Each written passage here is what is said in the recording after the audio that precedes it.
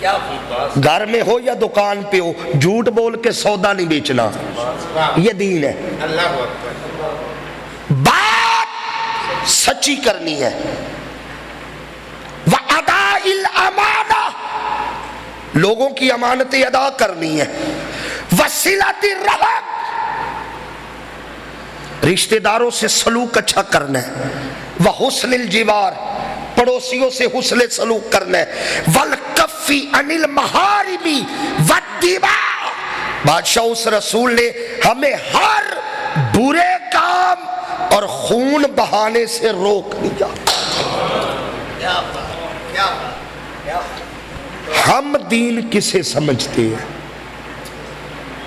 ہم سمجھتے ہیں نماز پڑھ لی، ایک مہینہ روزے رکھ لیے، صاحب استطاعت ہے تو حج کر لیا، ہم نے دین کا حق ادا کر دیا۔ یہ سارا دین ہے۔ چلے میں بات مکمل کر دوں، خطبہ شارٹ کر دیتا ہوں۔ کافروں کے نمائندوں میں سے ایک نمائندہ تھا عمر بن العاص، یہ بعد میں کلمہ پڑھ کے صحابی ہو گئے تھے رضی اللہ تعالیٰ عنہ، تب کلمہ نہیں۔ یہ بندہ بڑا تیز تھا، بندہ یہ بڑا فیصلے مکایا کرتا تھا لوگوں کے۔ اب جسے کافر نمائندہ بنا کے بھیجے وہ عام بندہ تو نہیں نہ ہوگا، اس لیے جب دیکھا نا گیم میرے ہاتھ سے نکل رہی ہے، بادشاہ اور پادری جعفر کی باتوں سے متاثر ہو رہے ہیں، اس نے اگلا پتہ پھینکا تاکہ گیم ہاتھ میں آ جائے۔ اس نے کہا بادشاہ اس کی باتوں میں نہ آنا، یہ عیسیٰ کے گستاخ ہیں۔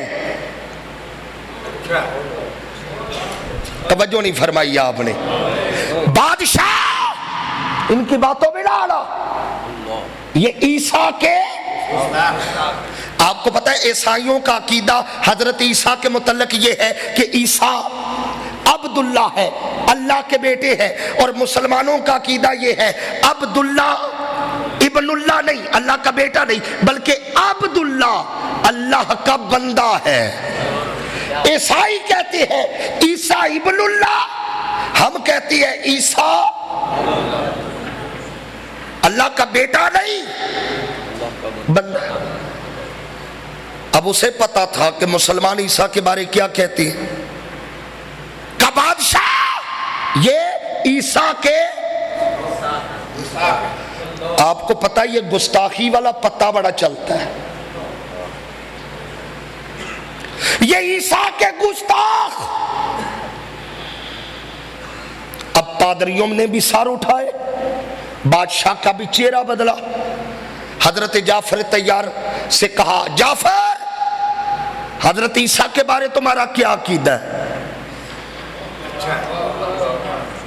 حضرت عیسیٰ کے بارے تمہارا، فرماتے جب بادشاہ نے یہ سوال کیا نا، میں نے قرآن سے سورہ مریم کی تلاوت شروع کر دی۔ تھوڑے بندے بولے ہیں جی، میں نے قرآن سے نئی سورہ مریم اتری تھی، میں نے تلاوت کرنی شروع کر دی۔ منظر کیا تھا؟ ایسے لگتا تھا حضرت جعفر آیتیں پڑھتے جا رہے ہیں، بادشاہ کے دل میں آیتیں اترتی جا رہی۔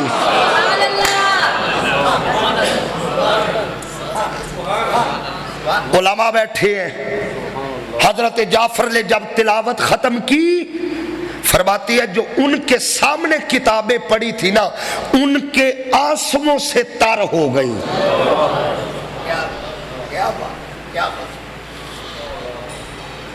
ابن کثیر نے لکھا، نجاشی کھڑا ہو کے کہا لوگو یہ وہی کتاب ہے جیسی کتاب عیسیٰ پر نازل ہوئی ہے۔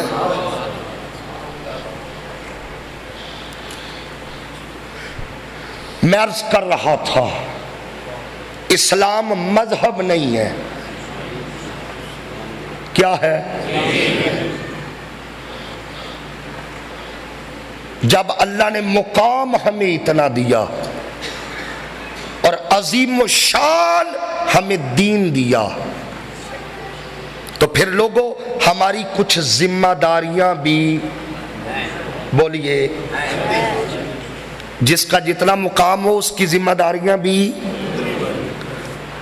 جسے گھر میں سارے ابا ابا کہیں نا جی، اس کی ذمہ داریاں بھی سب سے، مقام جس کا جتنا ہوتا ہے ذمہ داریاں اس کی۔ اب ذمہ داریاں کیا ہے؟ مجھے آپ کے جانے کا بھی پورا احساس ہے، میں زیادہ وقت نہیں لوں گا، میں وقت کی مناسبت سے صرف 4 ذمہ داریاں عرض کرنے لگا ہوں۔ کتنی؟ اب میرے ساتھ رہنا آپ نے تاکہ ہم تھوڑے وقت میں ذمہ داریاں سمجھ لیں۔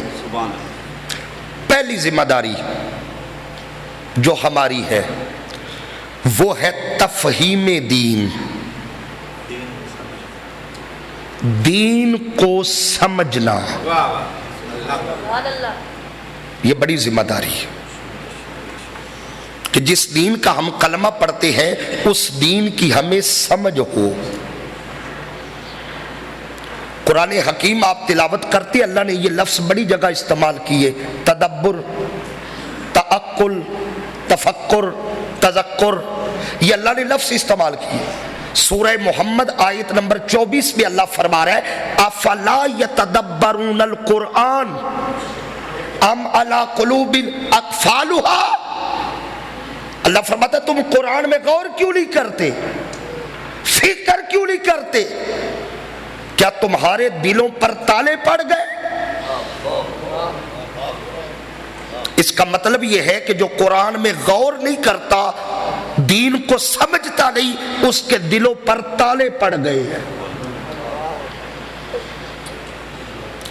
قرآن پڑھو مگر سمجھ کے پڑھو، دین کو سمجھنا یہ ہماری پہلی ذمہ داری ہے۔ دوسری ذمہ داری وہ ہے تعمیل دین، کیا؟ یعنی دین پر عمل کرنا۔ اور میں علماء کی سرپرستی میں حضور عرض کرنے لگا ہوں، اس معاملے میں ہم سنی ذرا کمزور ہیں،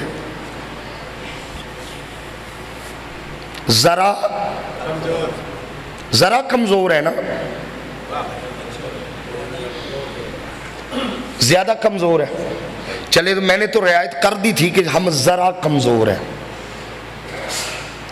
اور معذرت کے ساتھ اس کی بڑی وجوہات ہے کہ ہم عمل میں کمزور کیوں ہیں۔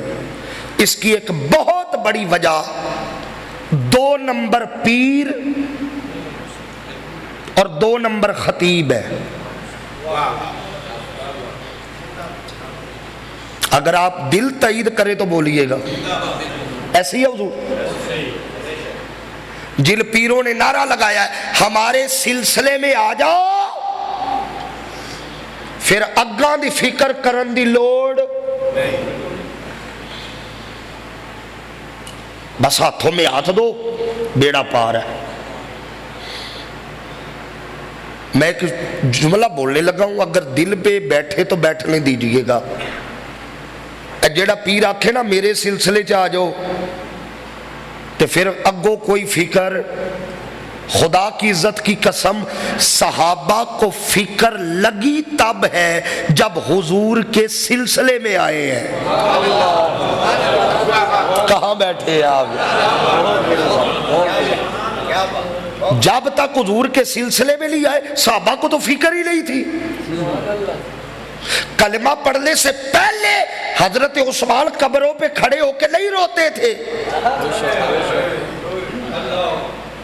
یہ فکر لگی تب جب حضور کے ہاتھوں میں ہاتھ دیا ہے۔ اس کا مطلب یہ ہے سلسلے فکریں ختم نہیں کرتے، یہ سلسلے فکریں لگا دیتے ہیں۔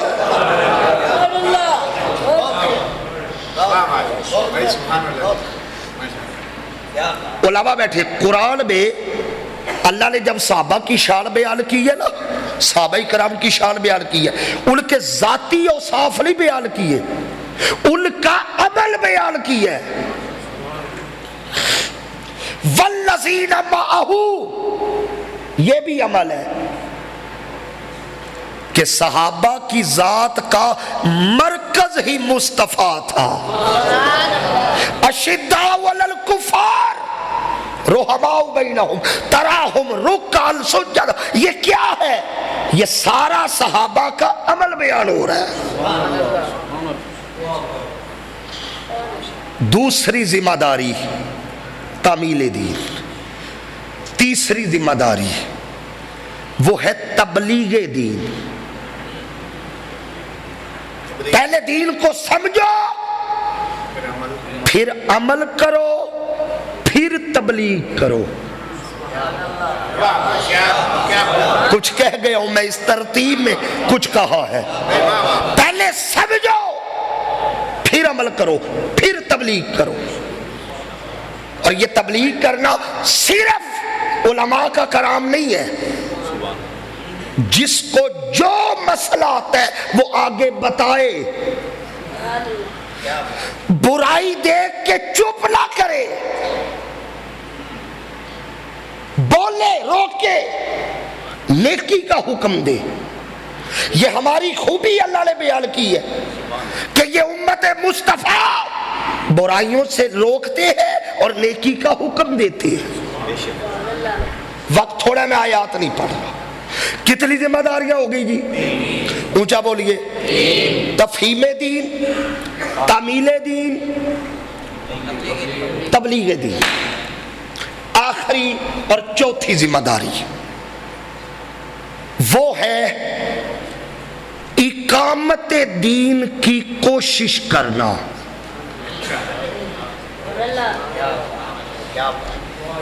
ممکن ہے یہ لفظ آپ کے لیے نیا ہو.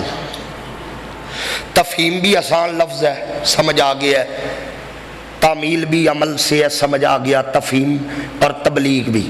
یہ اقامت دین کیا ہے؟ چلے میں اس کی تعریف کر دوں ایک جملے میں کہ اقامت دین کسے کہتے ہیں. اقامت دین سے مراد یہ ہے کہ دین کو اس کی مکمل روح اور اس کے قالب کے لحاظ سے اپنا لینا. دین قائم کر دینا، اسلامی قدروں کو بحال کرنا، اور اسی کو غلبہ دین حق کہتی ہے.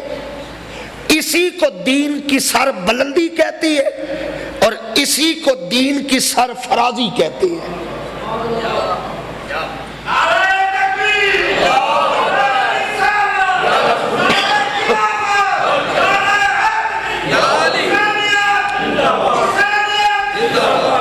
ماشاءاللہ بابا جی نعرے جوانی والے لگا رہے ہیں. ماشاءاللہ اللہ آپ کو ایسی جوان رکھے. اس آخری ذمہ داری کو سمجھے اور بات مکمل. اس ذمہ داری کا نام کیا ہے جی؟ سارے بولو. اقامت دین.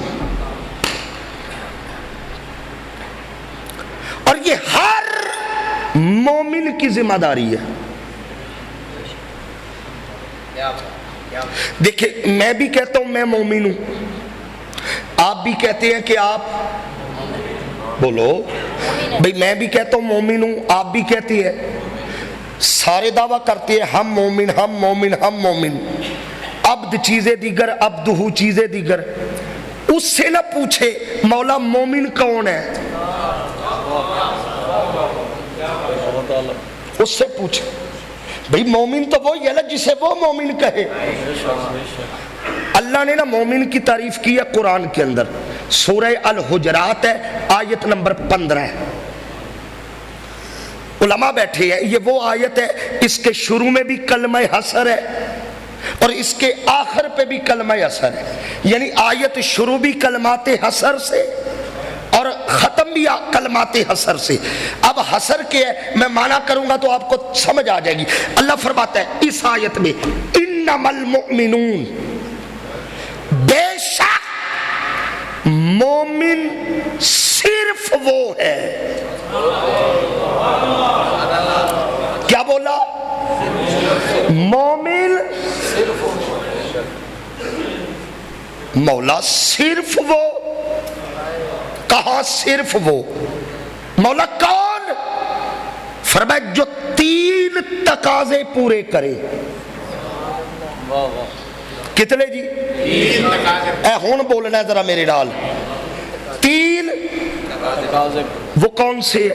پہلا تقاضا سنو، میں قرآن پڑھ رہا ہوں. الذین، پہلا تقاضا الذین آمنوا باللہ ورسولہ. پہلا تقاضا یہ ہے کہ وہ اللہ اور اس کے رسول پر ایمان لائے. یہ پہلا تقاضا ہے. دوسرا ثم لم یرتابوا، اور جب مان لیے پھر شک نہ کرے. ہائے ہائے، جب مان لیا پھر شک. تیسرا تقاضا قرآن پڑھ رہا ہوں. وجاہدوا باموالہم وانفسہم فی سبیل اللہ، وہ اپنے مال اور جان کے ساتھ اللہ کی بارگاہ میں جہاد کرے. 3 تقاضے ہیں جی. اللہ اور رسول پر ایمان، شک نہ کرے، جہاد کرے. آیت ختم کر دوں. فرمایا اولئک ہم الصادقون. دعویٰ تو سارے کرتی ہو نا، مگر سچے صرف یہ ہے جو یہ تقاضے پورے کر رہے ہیں. اس میں ایمان والی بات بھی سمجھ آ گئی، شک والی بات بھی سمجھ. تیسری بات ذرا سمجھنے والی ہے، وہ ہے جہاد. کیا ہے؟ یہ سارے لفظ بولیے جی. اچھا، جہاد ایسا لفظ ہے، یہ جب بھی ہم پڑھیں یا سنیں نا، اس کے بارے میں ہمارا ایک ہی نظریہ ہے، کنسپٹ ہے نا جی، ایک ہی. جب بھی جہاد کا لفظ بولا جاتا ہے، نوجوان ذرا سر اٹھائے، جب بھی جہاد کا لفظ بولا جاتا ہے نا، تو جہاد کے بارے میں ہمارا کنسپٹ یہ ہے، تلوار اٹھا لو، بندوق اٹھا لو، میدان جنگ میں جاؤ اور کافروں سے لڑو. بس یہ جہاد ہے کہ تلوار اور بندوق اٹھا کے میدان جنگ میں جا کے لڑو. اگرچہ جہاد کے وسیع تر معنوں میں یہ بھی ایگزسٹ کرتا ہے، آتا ہے یہ بھی معنی، مگر صرف یہ جہاد نہیں. پھر جہاد کسے کہتے ہیں؟ غور کیجئے، میں نے کہا صرف یہ جہاد، یہ معنوں میں ضرور آتا ہے مگر صرف یہ نہیں. تو پھر سوال یہ جہاد کیا ہے؟ اس لفظ پہ غور کرو. یہ لفظ نکلا ہے جوہد سے. جوہد کا مطلب ہوتا ہے کوشش کرنا. آپ بیٹا اردو میں لفظ استعمال کرتے ہو جد و جوہد، کوشش کرنا، تگ و دو کرنا، باغ دوڑ کرنا. اچھا مولا کس بات کی کوشش؟ آپ توجہ رہے، میں ویٹ نہیں کروں. مولا کس بات کی کوشش؟ کیا مقصد ہے جس کے لیے ہم کوشش کریں؟ فرمایا مقصد وہی ہے جس کے لیے میں نے رسول کو بھیجا ہے. یہ آیت قرآن میں 3 مرتبہ ہے اور میں سورہ الفتح سے پڑھ رہا ہوں. هو الذی ارسل رسولہ بالہدی ودین الحق. فرمایا وہی ہے اللہ جس نے یہ رسول بھیجا ہدایت دے کر اور دین حق دے کر. مولا دین حق اور ہدایت دے کر رسول بھیجا کیوں؟ مقصد کیا ہے؟ فرمایا لیظہرہ علی الدین.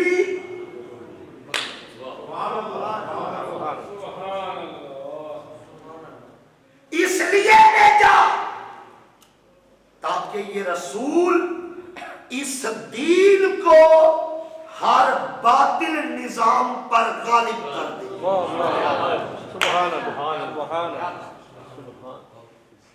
یہ ہے وہ مقصد جسے جہاد کہتے ہیں. دین مصطفیٰ کو ہر باطل نظام پر غالب کرنا. دین صرف مسجد میں نظر نہ آئے, دین صرف رمضان میں نظر نہ آئے, معاشرت دیکھو تو دین نظر آئے, معیشت دیکھو تو دین نظر آئے, اقتصادیات دیکھو تو دین نظر آئے, گلی محلہ دیکھو تو دین نظر آئے, عدالتیں دیکھو تو دین نظر آئے, ترازو دیکھو تو دین نظر آئے, سیاست دیکھو تو دین نظر آئے, ریاست دیکھو تو دین نظر آئے. جدھر جدھر جاؤ لِيُظْهِرَهُ عَلَى الدِّينِ كُلِّهِ, ہر نظام پر مصطفیٰ کا نظام غالب آ جائے.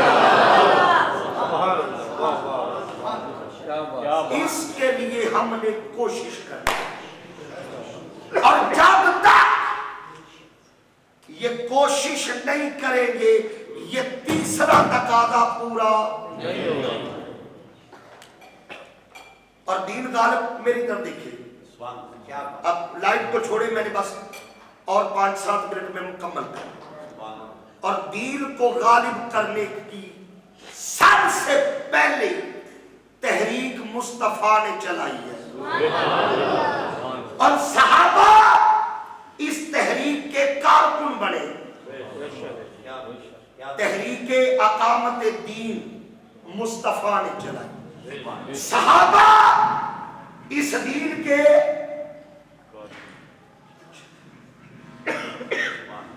ماشاءاللہ جزاک اللہ. اب آپ نے توجہ, اور صحابہ اس دین کے تحریک کے کارکن بنے. حضور نے کوشش شروع کی, شیب ابی طالب بھی آیا, طائف سے پتھر بھی آئے, بدر بھی آیا, احد بھی آیا, خیبر بھی آیا, خندق بھی آیا, سارا کچھ ہوا, مگر دین کی اقامت تب ہوئی جب فتح مکہ آیا. تھوڑے بندے بولے, دین کی اقامت تب ہوئی جب فتح. ایک جملہ جتنے اہل سنت ہے یا رسول اللہ کہنے والے میرے مخاطب ہے, آپ کے ذوق کی نظر ایک بات کرنے لگا ہوں تاکہ آپ دعا کریں. طاہر القادری کا ملنگ شاگرد آیا تھا, کوئی بات کر گیا. آپ اگر دیکھنا چاہیں نا حضرت صاحب فتح مکہ کے دن اقامت دین کیسے ہوئی, مجھے اب سمجھ آئی. مصطفیٰ نے فتح مکہ کے دن بلال کو کعبے کی چھت پہ کیوں کھڑا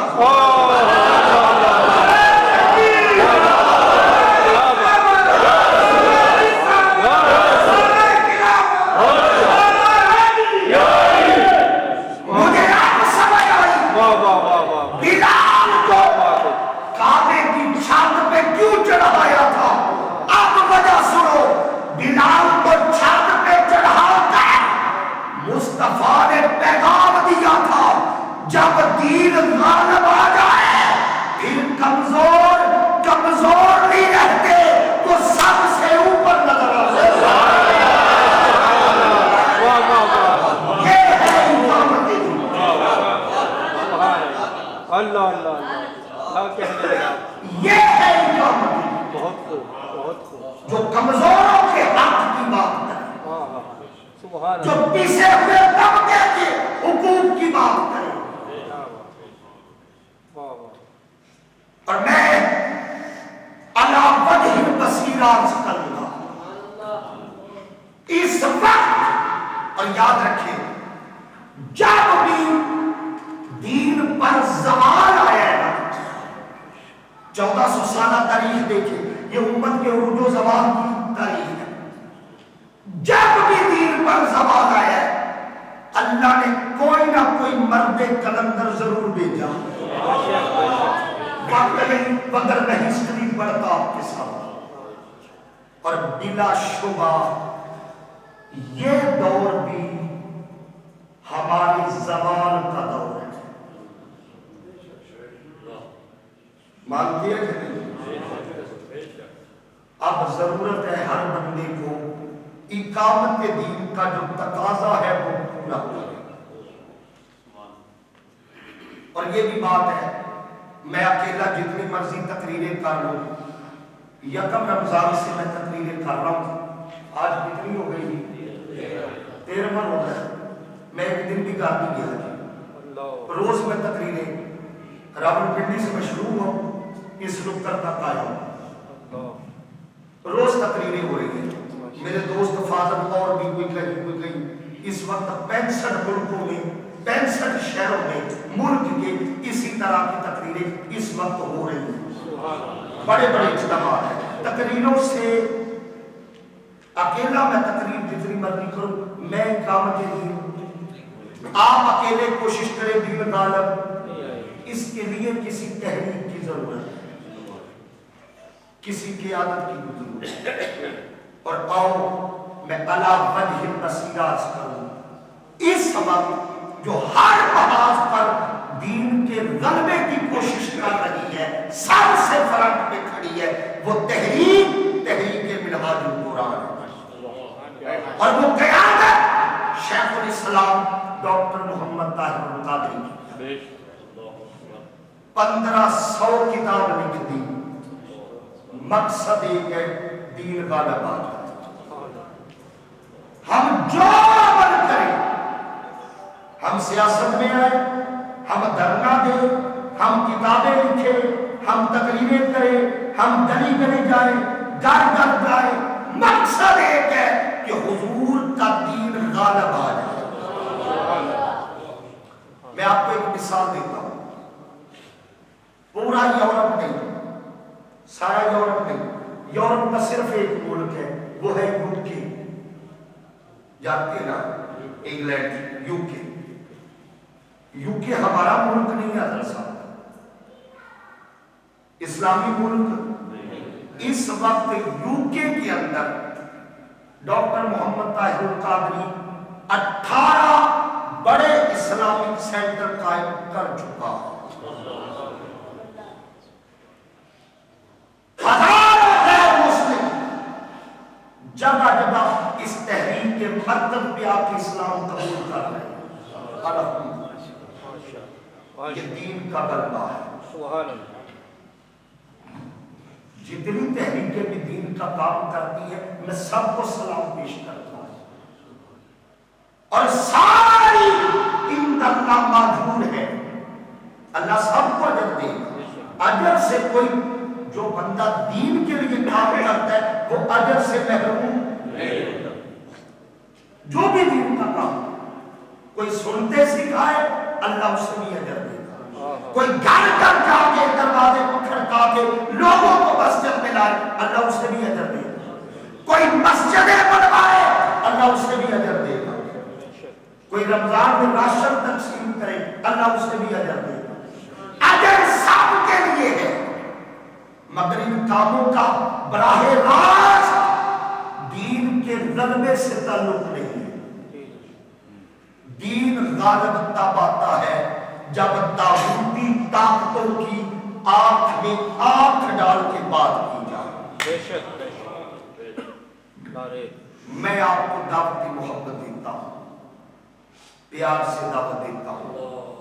دعوت محبت ہے, اور اس تحریک کا حصہ بنو تاکہ ہم اقامت دین میں اپنا کردار پیش کر سکیں. اور رمضان المبارک کے آخری عشرے میں لاہور میں شہر اعتکاف کا جو ہے یہ ساری اقامت دین کی پریکٹس جہاں کروائی جاتی ہے, جہاں تزکیہ نفس ہے, آسموں کی بستی ہے, عشق رسول کی بہاریں ہے, تعلق باللہ کی بحالی کے وہاں انتظامات کیے جاتے ہیں. اور 10 دن اپنے رب کے حضور شہر اعتکاف لاہور میں جا کر بیٹھے. اللہ کریم ہم سب کی حاضری اپنی بارگاہ میں تو